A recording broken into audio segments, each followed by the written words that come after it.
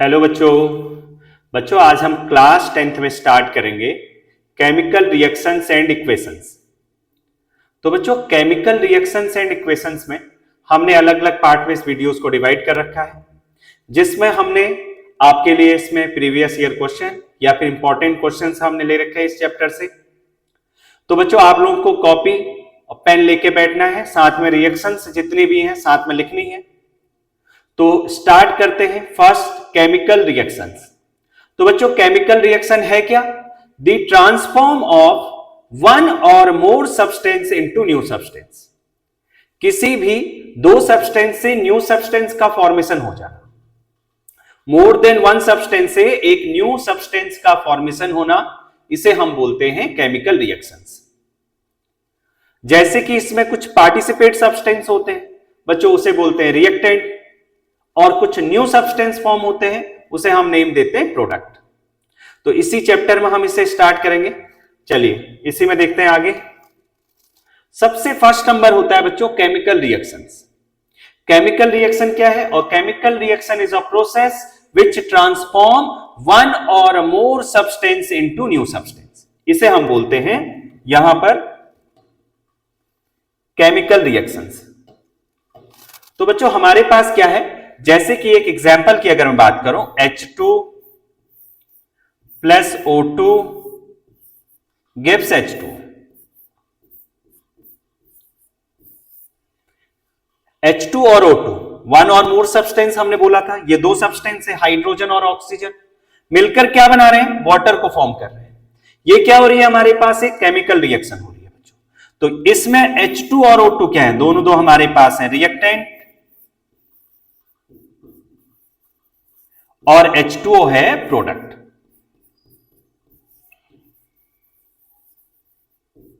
ये क्या है बच्चों? प्रोडक्ट। अब इसमें क्या करते हैं देखना, हम इस चैप्टर में पूरा हमने ये पढ़ना है कि कितनी टाइप्स ऑफ केमिकल रिएक्शंस होती हैं, कैसे हम एक केमिकल इक्वेशन को रिप्रेजेंट करेंगे, और किस ढंग से हम उसे लिखते हैं, बैलेंस्ड करते हैं इक्वेशन को बच्चों। बैलेंस्ड करने का मतलब यही होता है कि जितने नंबर ऑफ रिएक्टेंट मॉलिक्यूल हैं उतने ही नंबर ऑफ प्रोडक्ट भी होना चाहिए, क्योंकि हमने क्लास 9th में पढ़ा था law of conservation of mass, और वो law of conservation of mass हमें बताता है कि किसी भी रिएक्शन में जितना मास ऑफ रिएक्टेंट है उतना ही मास ऑफ प्रोडक्ट होगा बच्चों। जितना क्या है? मास ऑफ रिएक्टेंट होगा, सम ऑफ मास ऑफ रिएक्टेंट, उतना ही सम ऑफ मास ऑफ प्रोडक्ट होना चाहिए। तो कोई भी चीज हम देखते हैं केमिकल रिएक्शन में, सपोज आयरन ने ऑक्सीजन के साथ कंबाइन किया, आयरन ऑक्साइड बना दिया। सोडियम ने ऑक्सीजन के साथ रिएक्शन किया, सोडियम ऑक्साइड को फॉर्म कर देता है। और magnesium plus oxygen magnesium oxide को फॉर्म करता है। ये सब क्या है हमारे पास? Chemical reactions. इसमें क्या है? One or more substance new substance को फॉर्म कर रहा है। चलो बच्चों इसमें समझते हैं आप। H2 plus O2 gives H2। H2 क्या है हमारे पास? कौन सी स्टेट में? इधर मैं यहां पर नोट कर दे रहा हूं। सबसे पहली बात तो अगर सॉलिड फॉर्म में है तो उसे हम डिनोट करेंगे बच्चों S से। लिक्विड फॉर्म में अगर है तो L से डिनोट किया जाएगा। गैस में अगर है तो उसे G से रिप्रेजेंट करते हैं। और अगर हमारे पास यहीं पर एक्वस फॉर्म होगी, एक्वस फॉर्म, उसे हम AQ से रिप्रेजेंट करेंगे बच्चों। इसमें हमारे पास यही है बच्चों कि एक्वस फॉर्म का मतलब यह है कि इसमें एक सॉल्यूट होगा और एक सॉल्वेंट, मतलब प्योर फॉर्म नहीं है। जैसे लिक्विड के साथ कुछ अदर मटेरियल मिक्स हो गया तो ये क्या बना दिया हमारे पास? Aqueous form. तो हाइड्रोजन किस स्टेट में मिलता है हमें? गैसियस फॉर्म में। ऑक्सीजन की स्टेट क्या है? Gaseous form. H2O किस फॉर्म में मिलेगा? Liquid form. तो यहां से H2 के नंबर कितने हैं? 2। प्रोडक्ट साइड में भी कितने नंबर हैं? 2। ऑक्सीजन के नंबर कितने हैं? 2। लेकिन प्रोडक्ट साइड में कितने नंबर है? 1। तो इसे बैलेंस करेंगे। इसमें क्या करेंगे देखना, नंबर ऑफ एटम्स को सेम करना है बोथ साइड। तो ऑक्सीजन के नंबर 2 है तो इधर आप मल्टीप्लाई कर देंगे, लेकिन बैलेंस्ड में एक चीज ध्यान में रखनी है, अभी हम पूरा टॉपिक पढ़ेंगे बच्चे कि कैसे हम केमिकल रिएक्शन को बैलेंस्ड कर सकते हैं। तो इसमें हमारे पास क्या है, अभी एक समझिएगा, कंपाउंड की कंपोजिशन चेंज नहीं होनी चाहिए, कंपाउंड का मॉलिक्यूलर फॉर्मूला सेम रहेगा, अमाउंट चेंज हो सकता है। जैसे कि हाइड्रोजन के नंबर 2 है, इधर भी 2 है, ऑक्सीजन के नंबर 2 है, इधर ऑक्सीजन 1 है, तो 2 से मल्टीप्लाई कर दीजिए बच्चे। अब क्या हो जाएगा, 4 हाइड्रोजन, इधर 2 थे, 2 से इधर भी मल्टीप्लाई कर दिया, मतलब 4 हाइड्रोजन, ऑक्सीजन के नंबर 2 है, ऑक्सीजन 2 है। जितने number of atoms reactant side है उतने ही प्रोडक्ट साइड है। तो ये हमारे पास क्या है, केमिकल रिएक्शंस है। अब क्या क्या एक केमिकल रिएक्शन के कैरेक्टरिस्टिक्स हो सकते हैं वो हम समझते हैं। तो फर्स्ट नंबर होता है बच्चों चेंज इन स्टेट। जैसे कि गैसियस था, लिक्विड फॉर्म में आ गया, तो कंपाउंड की स्टेट क्या हो जाती है, चेंज हो जाती है। चलिए नेक्स्ट नंबर इसी में समझते हैं आगे। अब हमारे पास है कैरेक्टरिस्टिक्स ऑफ केमिकल रिएक्शंस। क्या क्या हो सकते हैं बच्चों, देखना। सबसे पहले हम समझेंगे इसमें change in state. Change in state में क्या हो सकता है, जैसे कि कार्बन सॉलिड फॉर्म में है, प्लस ऑक्सीजन बच्चों गैसियस फॉर्म में है। क्या फॉर्म हुआ, CO2। ये किस फॉर्म में है हमारे पास, गैसियस फॉर्म। देखो सॉलिड स्टेट किस फॉर्म में आ रहा है, गैसियस फॉर्म में आ रहा है, तो ये क्या हो रही है हमारे पास, change in state. Second number अगर बात करो, H2 गैसियस फॉर्म में है, प्लस O2 गैसियस फॉर्म में है।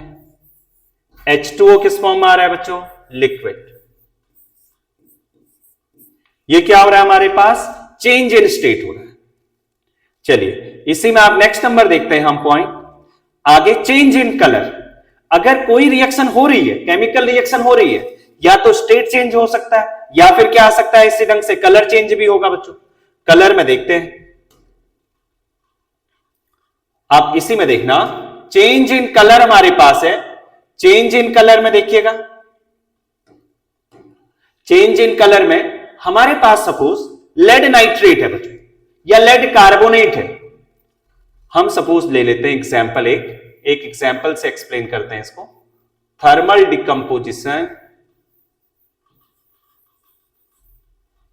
डिकम्पोजिशन ऑफ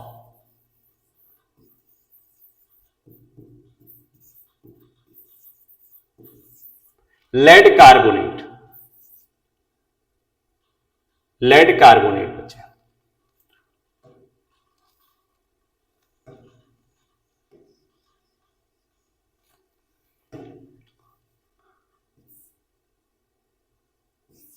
PbCO3, ये क्या है हमारे पास, लेड कार्बोनेट है।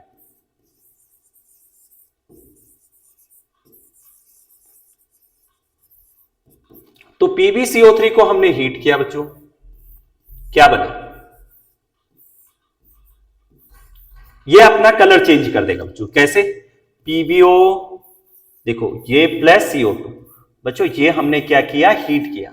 ये साइन क्या दिख रहा है आपको, हीट का साइन दिख रहा है बच्चों। ये हमारे पास है heat,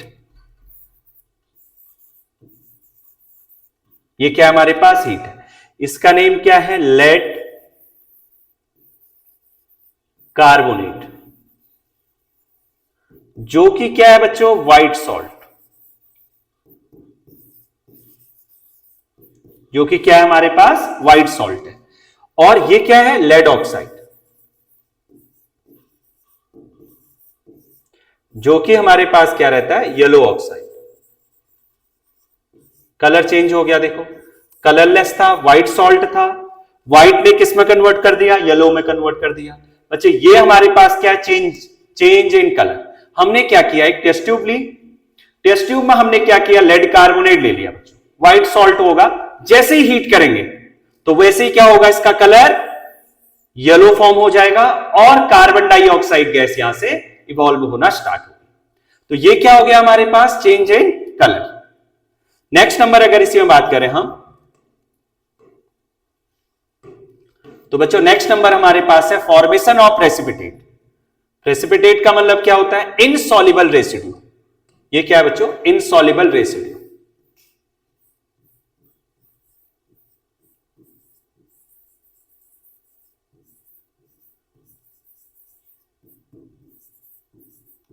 insoluble residue formed after the reaction। किसी भी रिएक्शन के बाद इनसॉल्युबल सब्सटेंस जो फॉर्म होता है उसे हम बोलते हैं प्रेसिपिटेट। जैसे कि एक केमिकल रिएक्शन से समझते हैं, हमारे पास है AgNO3, एक यहां पर हमारे पास है AgNO3, दूसरा हम ले लेते हैं बच्चे NaCl, दो सॉल्ट हमने ले लिए और दोनों दो क्या है बच्चों, कंपाउंड है, दोनों दो क्या है, कंपाउंड। देखो Ag पे पॉजिटिव, NO3 पे नेगेटिव, Na पे पॉजिटिव, Cl पे नेगेटिव, क्या बनेगा, एक दूसरे को डिस्प्लेस करेगा ऐसे। ये एग्जाम्पल होता है बच्चों डबल डिस्प्लेसमेंट। अभी आपको रिएक्शंस बिल्कुल ये समझनी है, ये सारी रिएक्शंस हम पढ़ते हैं बच्चे पूरे चैप्टर में, तो केवल अभी ये समझना है कि एक केमिकल रिएक्शन हो रही है तो बच्चों क्या क्या हो सकता है, स्टेट चेंज हो सकती है, कलर चेंज हो सकता है, फॉर्मेशन ऑफ प्रेसिपिटेट मतलब इनसॉल्युबल सब्सटेंस फॉर्म हो सकता है, जैसे कि AgCl, AgCl यहां पर इनसॉल्युबल सब्सटेंस फॉर्म हो रहा है, प्लस सॉल्युबल पार्ट क्या हो गया बच्चे, NaNO3। ये हमारे पास क्या है, इसमें हमारे पास है यहां पर सिल्वर क्लोराइड,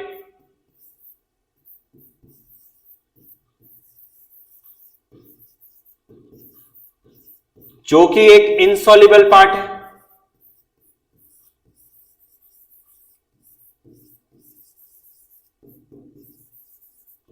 इनसॉल्युबल रेसिड्यू, और ये सोडियम नाइट्रेट जो है एक सॉल्युबल पार्ट है।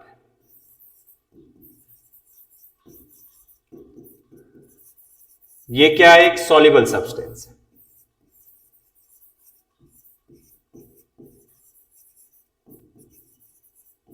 हमने क्या किया बच्चे, समझते हैं, हमने क्या किया, एक टेस्ट ट्यूब ले ली बच्चों, एक क्या ली हमने, टेस्ट ट्यूब ले ली, सॉरी एक टेस्ट ट्यूब में हमने दोनों दो मिक्स किया, फिर हमने ले लिया इधर एक बीकर,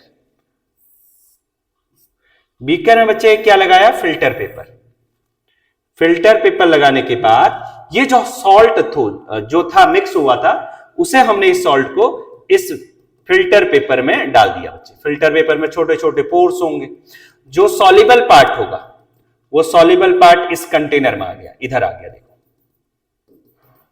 ये कंटेनर में आया, और ये हमारे पास क्या है बच्चे, सॉल्युबल सब्सटेंस है।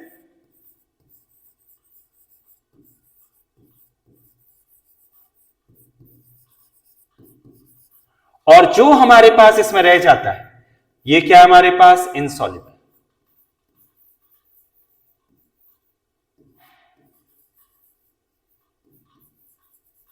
ये क्या है बच्चों, इनसॉल्युबल सब्सटेंस।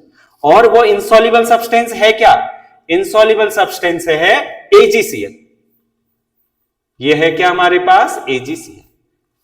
और सॉल्युबल सब्सटेंस क्या था, सोडियम नाइट्रेट, ये हमारे पास है, ये हमारे पास है फॉर्मेशन ऑफ प्रेसिपिटेट। बच्चों पॉज करनी है वीडियो को और जो है इसको नोट डाउन कर लीजिएगा आप लोग। अब इसी के बाद हम आगे देखते हैं बच्चों, नेक्स्ट नंबर इसी में,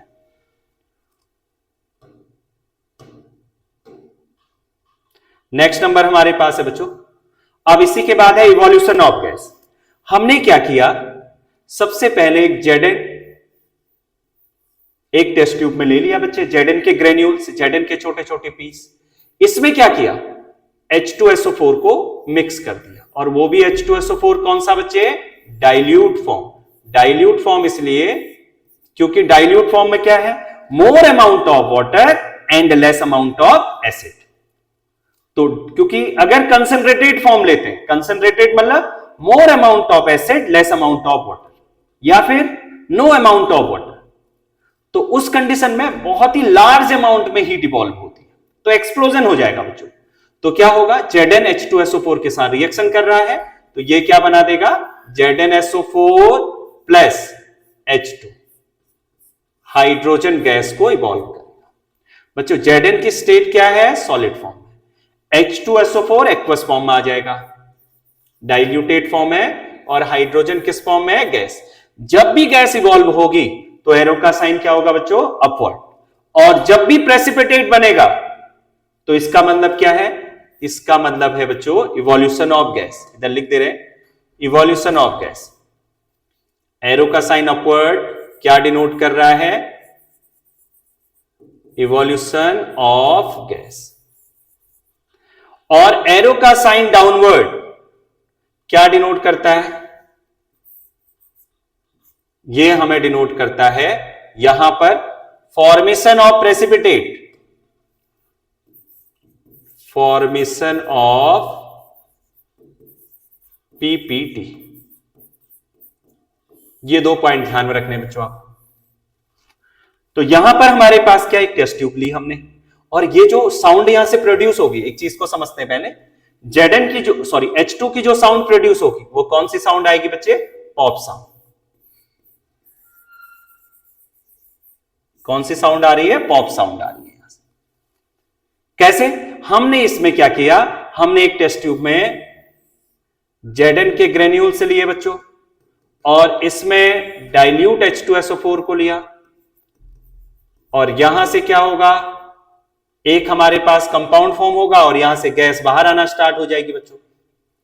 और इसी में अगर हम इस गैस के बाहर से एक बर्निंग कैंडल को ले जाते हैं इधर इधर बच्चों, तो यहां से क्या होगा, एक साउंड प्रोड्यूस होगी, और उस साउंड का नेम है पॉप साउंड। किससे? हाइड्रोजन से। कौन ये साउंड को प्रोड्यूस कर रहा है? हाइड्रोजन गैस पॉप साउंड को प्रोड्यूस कर रही है बच्चों। ये हमारे पास था इवोल्यूशन ऑफ गैस। अब नेक्स्ट नंबर आता है, और लास्ट नंबर इसमें कैरेक्टरिस्टिक्स में लास्ट नंबर पॉइंट है बच्चों। तो इसी में अब हमारे पास क्या आता है? Change in temperature. क्या रहेगा बच्चों? Change in temperature. आप चेंज इन टेम्परेचर में 2 चीजें समझते हैं। क्या क्या समझेंगे देखना। एक तो हम देखेंगे प्रोसेस, हमारे पास 2 चीजें हो सकती हैं। एक तो एक्सो,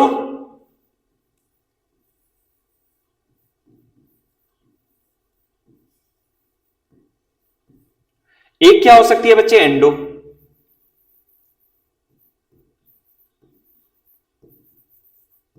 एक क्या हो सकती है? एक्सो, दूसरी हो सकती है एंडो। एक्सो का क्या मतलब है?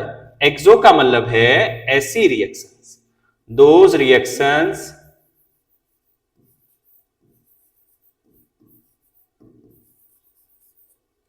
एक्सो मतलब जो हीट को इवॉल्व करता है, इन विच हीट इज इवॉल्व या फिर रिलीज्ड। ऐसी रिएक्शन बच्चों जो हीट को रिलीज करता है, इस रिएक्शन को नेम देते हैं हम एक्सोथर्मिक रिएक्शन। जैसे कि इसके एग्जाम्पल क्या क्या हो सकते हैं। हमने क्या किया, हीट इवॉल्व हो रही है, तो एक एग्जाम्पल मैं आपको बताता हूं बच्चों, कैल्शियम ऑक्साइड, जिसे हम बोलते हैं क्विकलाइम।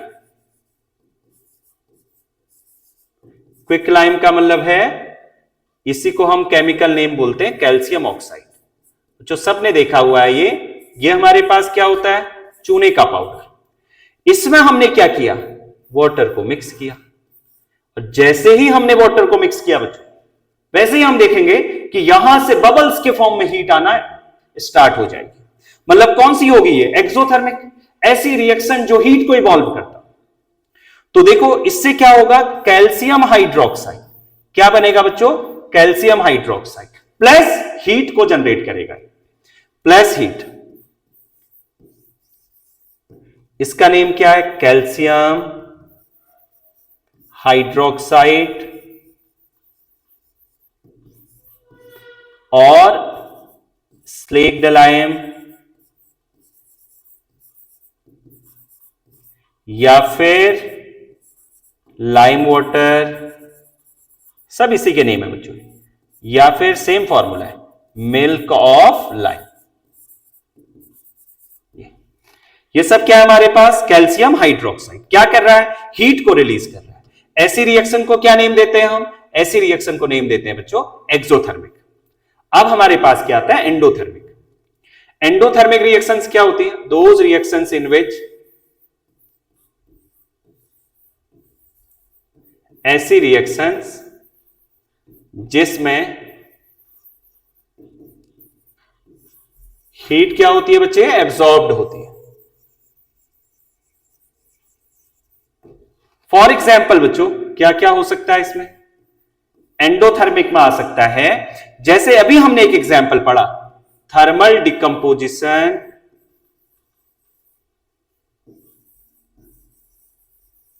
ऑफ लेड कार्बोनेट या लेड नाइट्रेट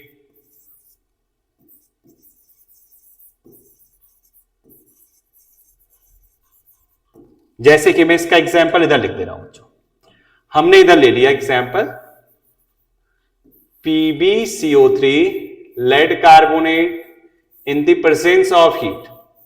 अगर ये हीट की प्रेजेंस में ब्रेक डाउन हो रहा है तो इसमें हीट सप्लाई करनी है हमें, तब जाके प्रोसेस होगी। क्या बनेगा? PbO plus CO2। कौन सी रिएक्शन बच्चे? एंडो। दूसरा हमारे पास क्या हो सकता है बच्चे? दूसरा एग्जाम्पल जो इसके बड़े इंपॉर्टेंट है, एनसीईआरटी में दे रखे हैं आपको। तो एनसीईआरटी में क्या दे रखा है देखो, एक्सोथर्मिक जो है कंसिडर्ड कौन सी रिएक्शन है? रेस्पिरेशन। बच्चे रेस्पिरेशन फोटोसिंथेसिस दो रिएक्शन है, तो रेस्पिरेशन हमारे पास एक्सोथर्मिक में आएगी। कैसे देखते हैं? रेस्पिरेशन का क्या मीनिंग है? रेस्पिरेशन का मीनिंग है break down of food into simpler molecule to release large amount of energy in the form of ATP। किस फॉर्म में रिलीज कर रहा है बच्चे? ATP के फॉर्म। तो एनर्जी रिलीज कर रहा है, तो इसको क्या बोलते हैं हम? एक एक्सोथर्मिक प्रोसेस। और इधर पे क्या हो सकता है? एंडो में। अभी हम इसके बहुत सारे एग्जांपल्स पढ़ेंगे, अभी तो केवल चैप्टर में समझा रहा हूं कि क्या क्या चीजें इसमें आएंगी, क्या क्या केमिकल रिएक्शन हो रही है, तो क्या क्या चीजें होती हैं। तो यहां पर क्या हो सकती है? जैसे कि फोटोसिंथेसिस।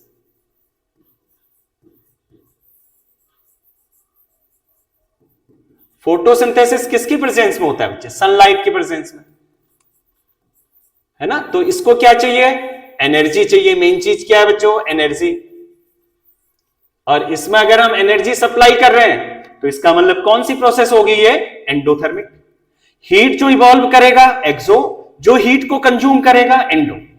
तो दो चीजें हमारे पास होगी, एक्सोथर्मिक और एंडोथर्मिक। चलिए, ये था हमारे पास चेंज इन टेम्परेचर। अब इसी के बाद आगे हम पूरा अभी इसको डिटेलिंग में पढ़ेंगे। बहुत सारी डिफरेंट टाइप रिएक्शंस पढ़नी है, रेस्पिरेशन, फोटोसिंथेसिस, अभी रिएक्शंस हम पढ़ेंगे आगे। तो बच्चों नेक्स्ट नंबर इसी में, इसे नोट डाउन कर लीजिएगा बच्चे आप लोग। अब इसी के बाद नेक्स्ट नंबर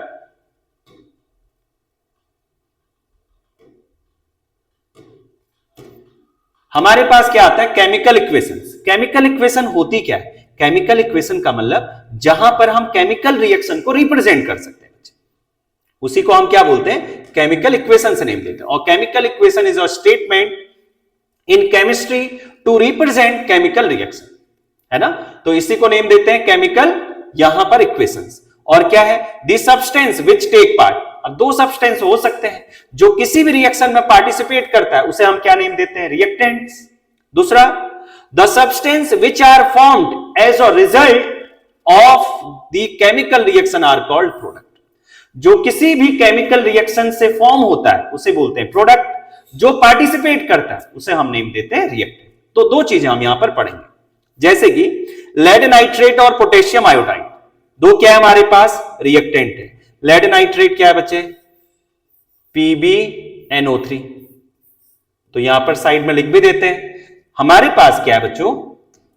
जैसे कि नाइट्रेट आयन कहीं पर आ जाए, इधर लिख देते हैं नाइट्रेट आयन। बच्चों ये है NO3 negative. Carbonate ion,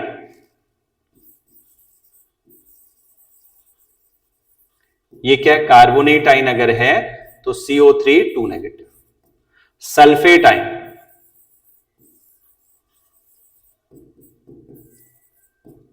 SO4 2 negative. Bicarbonate ion,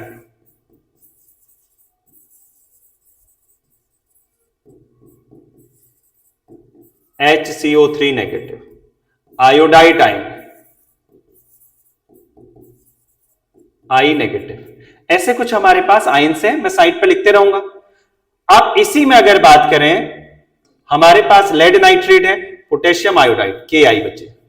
कैसे बना लेड नाइट्रेट? Pb की वैलेंसी होती है बच्चों 2, और इधर आ जाएगा हमारे पास PbNO3 होल ट्वाइस, और NO3 की वैलेंसी होती है 1। तो क्या बनेगा? ये PbNO3 whole twice plus Ki। क्या बन जाएगा बच्चे? पोटेशियम की वैलेंसी 1, नाइट्रेट की वैलेंसी भी 1, तो पोटेशियम नाइट्रेट तो बन जाएगा KNO3, लेड की वैलेंसी 2, आयोडाइड की 1, तो क्या बना PbI2, ये हमारे पास है। तो ये रिएक्टेंट, ये प्रोडक्ट। Mg क्या हो गया इसमें, मैग्नीशियम प्लस O2 क्या है बच्चे, ऑक्सीजन, क्या फॉर्म हो रहा है, MgO, मैग्नीशियम ऑक्साइड। ये रिएक्टेंट और ये प्रोडक्ट। चलो बच्चे, ये तो हमारे पास सिंपल सा एक टॉपिक था इधर पे, रिएक्टेंट प्रोडक्ट क्या है, इसे आप नोट कर लीजिएगा बच्चों। फिर नेक्स्ट नंबर हम देखते हैं आगे, balanced and unbalanced chemical equation. Balanced equation क्या है बच्चों, बैलेंस्ड इक्वेशन है किसी भी केमिकल रिएक्शन में number of atoms both side, reactant और प्रोडक्ट, अगर सेम है तो इक्वेशन बैलेंस्ड, अगर अनइक्वल हो जाता है तो उसे क्या नेम देते हैं, अनबैलेंस्ड केमिकल इक्वेशन। क्यों करते हैं किसी भी केमिकल रिएक्शन को बैलेंस, क्या फायदा है बच्चे बैलेंस करने का, बैलेंस करने का ये फायदा है कि हमारे पास number of atoms both side same होते हैं तो मास सिमिलर होता है, जिससे कि वो लॉ ऑफ कंजर्वेशन ऑफ का मास को फॉलो करे। कोई भी केमिकल रिएक्शन क्या है कि जितना मास रिएक्टेंट का है उतना ही मास प्रोडक्ट का है, यही तभी हम उसे क्या बोलेंगे, बैलेंस्ड। मास सेम है, एटम सेम है तो मास सेम होगा बच्चों। तो चेक करते हैं बैलेंस्ड और अनबैलेंस्ड, और अनबैलेंस्ड इक्वेशन को हम नेम देते हैं स्केलेटल इक्वेशन भी नेम देते हैं बच्चों।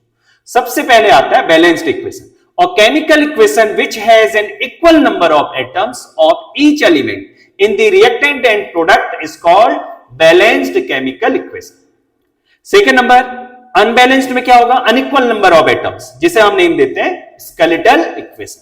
जैसे कि एक एग्जांपल हम इसमें पढ़ते हैं, हमने ले लिया बच्चों C+O2 gives CO2। देखो क्या ये बैलेंस्ड है, देखो कार्बन 1 कार्बन 1, ऑक्सीजन 2 ऑक्सीजन 2, देखो बैलेंस्ड इक्वेशन है बच्चे। जितने number of atoms reactant side में उतने ही प्रोडक्ट साइड में, इसका मतलब इसका मास भी सेम होगा बच्चों। तो ये हमारे पास है बैलेंस्ड इक्वेशन। अनबैलेंस्ड इक्वेशन में क्या होगा, जैसे कि मैं एक एग्जांपल ले रहा हूं बच्चे, इसमें N2, सिंपल सा एग्जांपल ले लेते हैं, H2 gives NH3। नाइट्रोजन के नंबर ऑफ एटम्स कितने हैं, 2, इधर कितने हैं बच्चों, प्रोडक्ट साइड में 1, तो बैलेंस करते हैं, 2 से मल्टीप्लाई कर दीजिए। हाइड्रोजन के कितने होंगे, ये देखना, इधर इस ढंग से मल्टीप्लाई हो जाएगा, हाइड्रोजन के 3 2 जा 6, इधर कितने हैं 2, 3 से मल्टीप्लाई कर दीजिए बच्चे। जितने number of atoms reactant side में उतने ही क्या होंगे, प्रोडक्ट साइड में भी होंगे। तो ये कौन सी इक्वेशन होगी, बैलेंस्ड। अब देखो, अब ये बैलेंस्ड है, पहले जो लिखा था हमने N2 plus H2 gives NH3, क्या ये बैलेंस थी, अब देखो नाइट्रोजन 2 नाइट्रोजन 1, हाइड्रोजन 2 और हाइड्रोजन 3, ये क्या है, अनबैलेंस्ड इक्वेशन है बच्चों। ये क्या थी, अनबैलेंस्ड।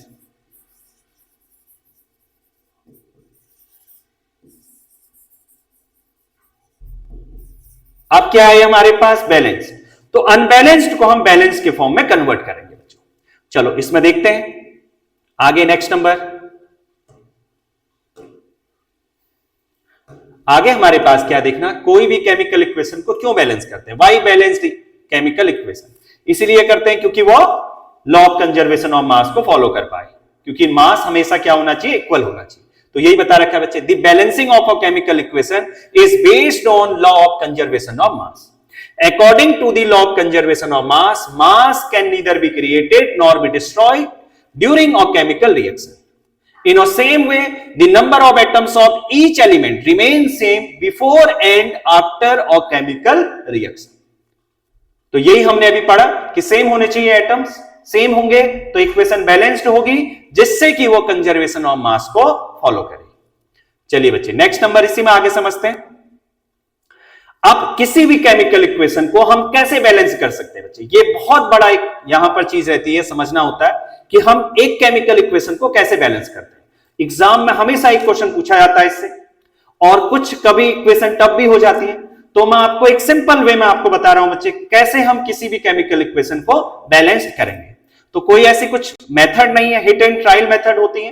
तो आपको मैं 2 मेथड्स बता रहा हूं, जो भी आपको सिंपल लगे उससे आप इसे सॉल्व कर सकते हैं। जैसे कि एक इक्वेशन हमें गिवन है बच्चों, ये इक्वेशन हमें गिवन है, मैं इसको 2 तरीके से आपको बैलेंस करके बता रहा हूं। तो इसे हमें बैलेंस करना है Na+H2O gives NaOH plus H2। और हमें क्या करना है, जितने number of atoms reactant side है उतने ही प्रोडक्ट साइड में करना है।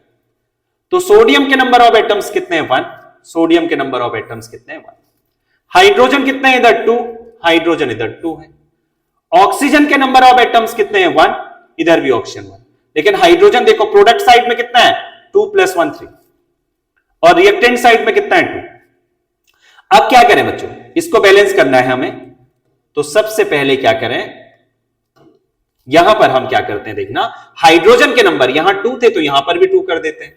इसको हाफ से डिवाइड कर दो बच्चे, 2 से 2 कैंसिल आउट करना नहीं है, मतलब 2 से 2 कैंसिल आउट हो जाएगा। तो मतलब 2 हाइड्रोजन हमारे पास प्रोडक्ट साइड में, अब 2 हैं रिएक्टेंट साइड में। तो number of atoms both side same है। तो क्या करें, हमें इक्वेशन को एग्जाम में होल नंबर के फॉर्म में लेके आनी है। तो क्या करना है बच्चे, जितने से आप यहां पर डिवाइड कर रहे हैं, देखो इसके डिनोमिनेटर में क्या है 2, तो पूरी इक्वेशन को 2 से मल्टीप्लाई कर दो। तो क्या आ जाएगा देखना, twice Na plus twice H2O gives twice NaOH plus 2/2 बच्चे H2। अब देखो सोडियम के नंबर 2, इधर भी सोडियम कितना है बच्चों 2, हाइड्रोजन के नंबर 2 2 जा मल्टीप्लाई हो जाएगा, जैसे मैथ्स में मल्टीप्लाई करते हैं बच्चों, 2 2 जा 4, हाइड्रोजन 2 + 2 4, ऑक्सीजन 2 और 2 4, तो इक्वल हो गए बच्चे हमारे पास नंबर ऑफ एटम्स। तो ये क्या होगी हमारे पास एक बैलेंस्ड केमिकल इक्वेशन। तो फर्स्ट तरीका तो ये सिंपल तरीका है। दूसरा तरीके से बताते हैं बच्चे इसी को आप, दूसरा सेकंड नंबर मेथड्स क्या है हमारे पास देखना। अगर मैं इसमें कोफिशिएंट से कर लूं बच्चे सॉल्व, अगर मैं इसके नंबर को यहां पर क्या कर दूं, यहां पर ABCD नंबर को ले लेते हैं बच्चे, उस मेथड को बोलते हैं कोफिशिएंट। आपने मैथ्स में पढ़ भी रखा है। मैंने सपोज इधर ले लिया A, इधर ले लिया B, इधर ले लेते हैं बच्चे C, इधर ले लेते हैं D। बहुत ही सिंपल सा है, ये भी बहुत सिंपल मेथड है। चलिए इसको आप समझते हैं। इधर से मैंने क्या लिया, हाइड्रोजन के नंबर ले लिए, सपोज इधर हमने ले लिया हाइड्रोजन, या सोडियम के नंबर ले लेते हैं पहले। सोडियम A में है तो सोडियम लिखा। अब कितने नंबर है बच्चे देखना, A, इधर सोडियम के नंबर, ये C से मल्टीप्लाई हो जाएगा, इधर A = C, equation number first. Sodium एक ही बार है प्रोडक्ट में। अब हाइड्रोजन को चेक करो बच्चे, हाइड्रोजन के नंबर कितने हैं 2 है बच्चे, 2B = इधर कितने हैं बच्चे हमारे पास C + 2D, C + 2D, equation number second. Equation number third देखते हैं ऑक्सीजन को। ऑक्सीजन के नंबर हमारे पास 1 है तो B, और इधर हमारे पास ऑक्सीजन क्या है देखना, B = बच्चे ये C से मल्टीप्लाई हो जाएगा, इधर B = C, equation number third. देखो तीनों को सॉल्व किया, 3 इक्वेशन बन गई बच्चों। अब क्या करें, किसी भी एक इक्वेशन की वैल्यू को आप 1 ले लीजिए बच्चे, ले लेते हैं। देखो यहां से हमने C की वैल्यू को ले लिया, मैंने कहा आपसे कि किसी भी एक वैल्यू को आप 1 ले लीजिए। आपने बोला सर हम C की वैल्यू को 1 ले लेते हैं, हमने लिया C की वैल्यू को। तो क्या आया बच्चों, A की वैल्यू आ गई 1। क्या आप चाहे मर्जी B की वैल्यू भी 1 ले सकते हैं, कोई जरूरी नहीं। अब यहां से A की वैल्यू 1 है तो अब यहां से हमारे पास C की वैल्यू 1 थी, तो यहां से B की वैल्यू फाइंड कर लेते हैं। तो B = भी 1 होगा बच्चे। अब मैंने आपसे बोला कि D की वैल्यू फाइंड करो, तो आपने क्या किया, 2 × 1 = C 1 है प्लस 2 × D। तो आपने बोला सर ये D = आ जाएगा, इधर भेजेंगे लेफ्ट साइड में 2 - 1 1 1/2 आ जाएगा बच्चे। आपने बोला सर ये तो 1/2 आ गया। अब इसी में हम वैल्यू को पुट कर देते हैं बच्चों, ABCD सारी वैल्यू यहां पर मैंने लिखी हुई है, पुट कर देते हैं। अब यहां पर हमारे पास है, अगर मैं इस वैल्यू को पुट करूं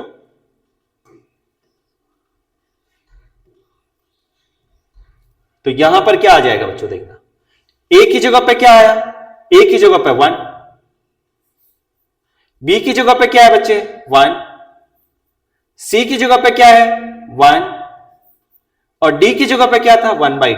और आपने तो बोला सर ये तो पहली इक्वेशन बन गई जो हमने पहली अभी की थी बैलेंस। तो अब क्या करें, हमें क्या चाहिए एग्जाम में होल नंबर। क्या करोगे बच्चे 1/2 है, 2 से पूरी इक्वेशन को मल्टीप्लाई कर दो। क्या आएगी देखो, ट्वाइस Na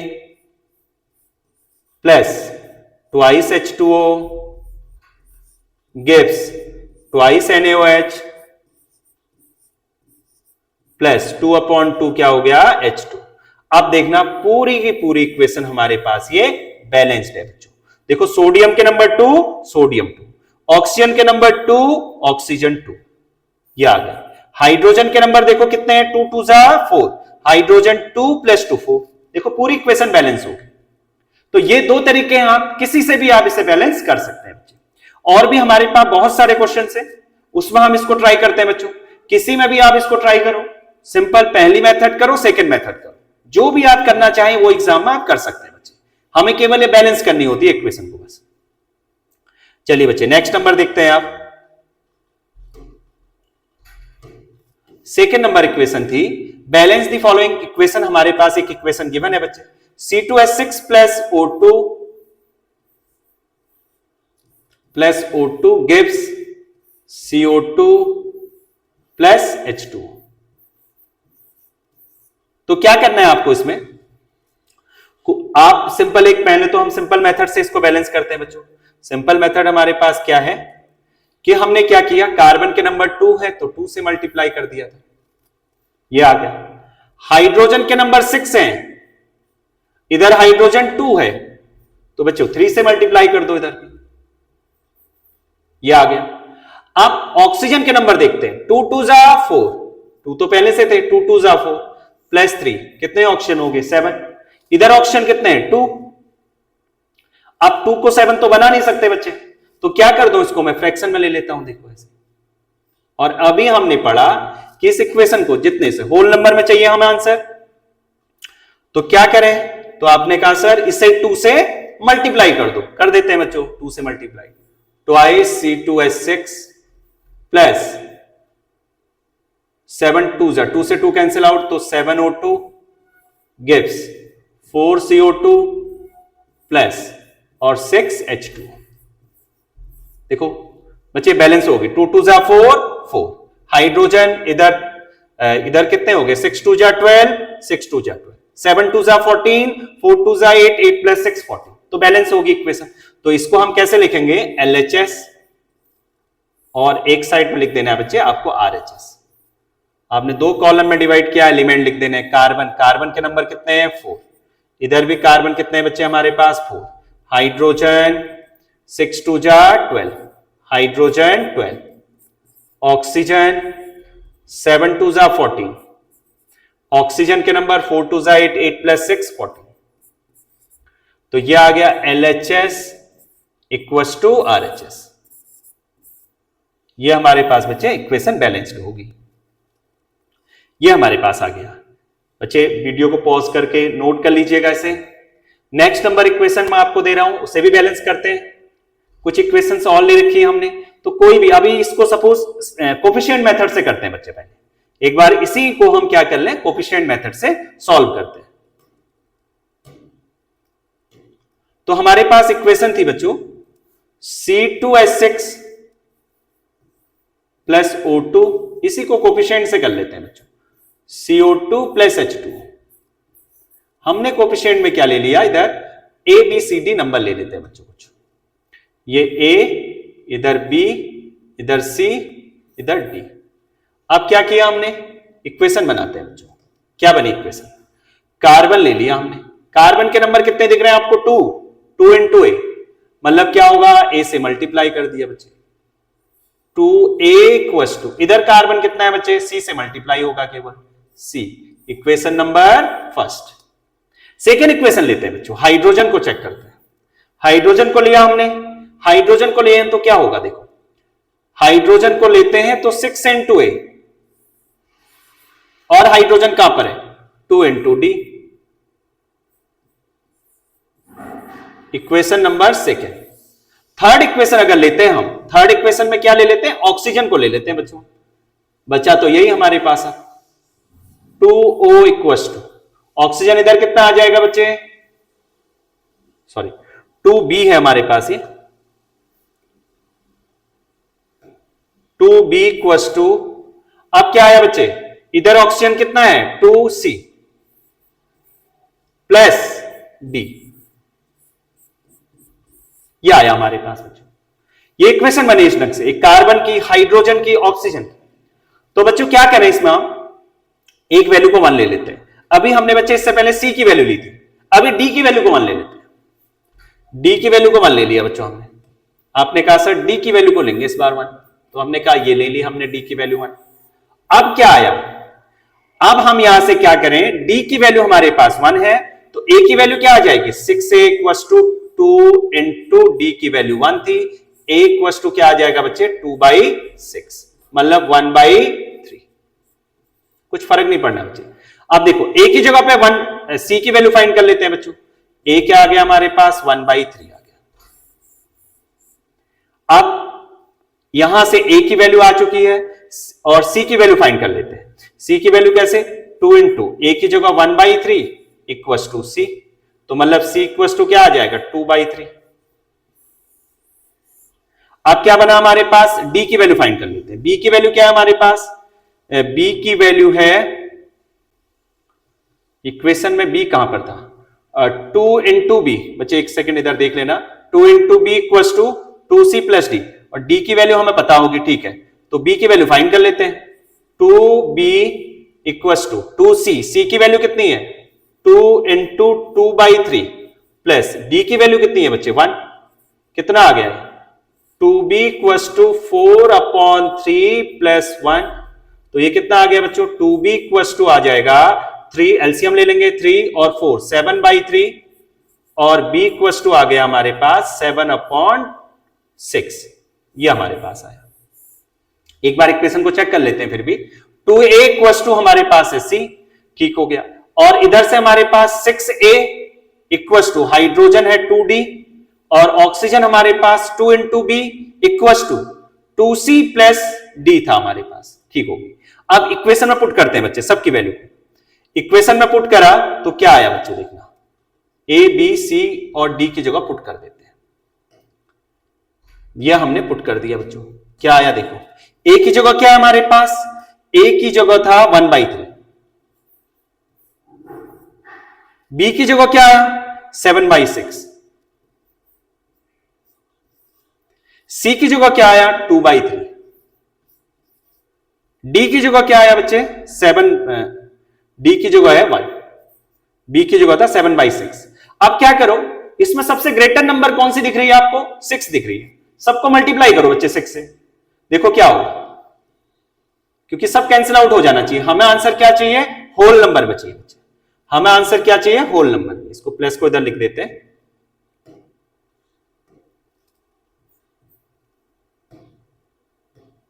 अब ये देखो बच्चे 6 से मल्टीप्लाई कर दिया, इधर भी हमने 6 से मल्टीप्लाई कर दिया,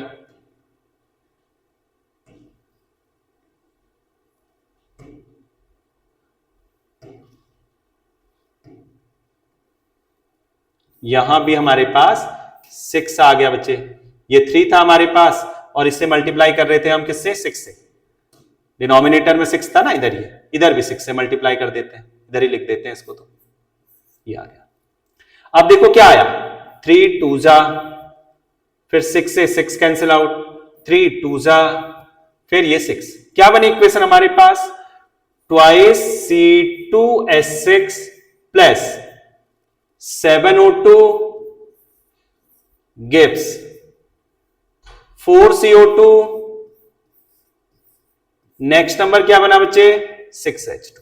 देखो पूरी इक्वेशन हमारे पास बैलेंस्ड हो जाती है बच्चों, देखो कार्बन 2 2 4, यही इक्वेशन आई थी पहले भी हमारे पास, 6 2 जा 12, 6 2 जा 12, ऑक्सीजन 7 2 जा 14, 4 2 जा 8, 8 प्लस 6 14, तो बच्चे बैलेंस होगी इक्वेशन हमारे पास। इसी में अगर हम नेक्स्ट नंबर की बात करें, चलो बच्चे इसको पहले आप लोग नोट कर लीजिएगा पूरी इक्वेशंस को, इस मेथड से आप इसको सॉल्व कर सकते हैं बच्चे, आप एक दो इक्वेशन को आप लोग ट्राई करिएगा, चलिए नेक्स्ट नंबर हमारे पास है balance the following skeletal equation. बच्चों हमारे पास क्या थी, इक्वेशन दे रखी है, ये तो हम सिंपल तरीके से कर लेते हैं इसको। Fe plus H2O gives Fe3O4 plus H2। क्या करें देखना, ऑक्सीजन के नंबर कितने हैं 4, इधर 4 कर दो। हाइड्रोजन कितने हैं 4 2 8, 4 से मल्टीप्लाई कर दें, 4 2 8 हो जाएगा। आयरन के नंबर कितने हैं बच्चों 3, तो 3 Fe।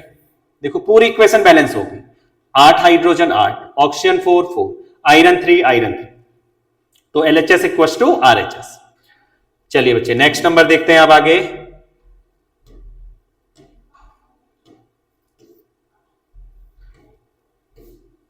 बच्चे नेक्स्ट नंबर हमारे पास कुछ इक्वेशन और हैं, तो ये इक्वेशन को हम कैसे बैलेंस करेंगे देखना। तो यहां से फर्स्ट नंबर है MgOH whole twice plus HCl gives MgCl2 plus H2O। तो क्या करोगे बच्चे, देखो Mg हमारे पास 1 है, इधर भी 1 है, ऑक्सीजन हाइड्रोजन के नंबर 2 और इधर 1 3 हो गए, और ऑक्सीजन के नंबर इधर कितने हैं देखो, इससे पता चल जाएगा 2 इधर थे 1, 2 से मल्टीप्लाई कर दो। हाइड्रोजन इधर 2 2 जा कितना हो गया 4, इधर हाइड्रोजन 2 2 से मल्टीप्लाई कर दो बच्चे 4, क्लोरीन 2 क्लोरीन 2, मैग्नीशियम 1 मैग्नीशियम 1, सब कुछ बैलेंस हो गया बच्चे इक्वेशन में। नेक्स्ट नंबर इक्वेशन को समझते हैं ऐसी, N2 plus H2 gives NH3। N2 के नंबर कितने हैं 2, इधर कितने हैं 1, इधर नाइट्रोजन 1 2 से मल्टीप्लाई कर दो। हाइड्रोजन कितने हो गए 3 2 जा 6, किससे मल्टीप्लाई करें कि 6 आ जाए 3 से, बैलेंस होगी बच्चे इक्वेशन, कुछ नहीं करना इसमें। P4 plus O2 gives P2O5। अब देखो फास्फोरस के नंबर 4, इधर हमारे पास 2 2 से मल्टीप्लाई कर दो। ऑक्सीजन के नंबर कितने हो गए देखो 5 2 10, इधर ऑक्सीजन हमारे पास 2 5 से मल्टीप्लाई कर दो, ये आ गया। ये पूरी इक्वेशन हमारे पास क्या हो जाती है, बैलेंस्ड हो जाती है बच्चों। चलो बच्चे नोट कर लीजिएगा, कोफिशिएंट मेथड से भी इसे सॉल्व कर लेना बच्चे। तो बच्चे आज हम फर्स्ट लेक्चर हमारा यहीं तक है, सेकंड लेक्चर में हम पढ़ेंगे बच्चों इसी में types of chemical reactions. Okay बच्चे, थैंक यू।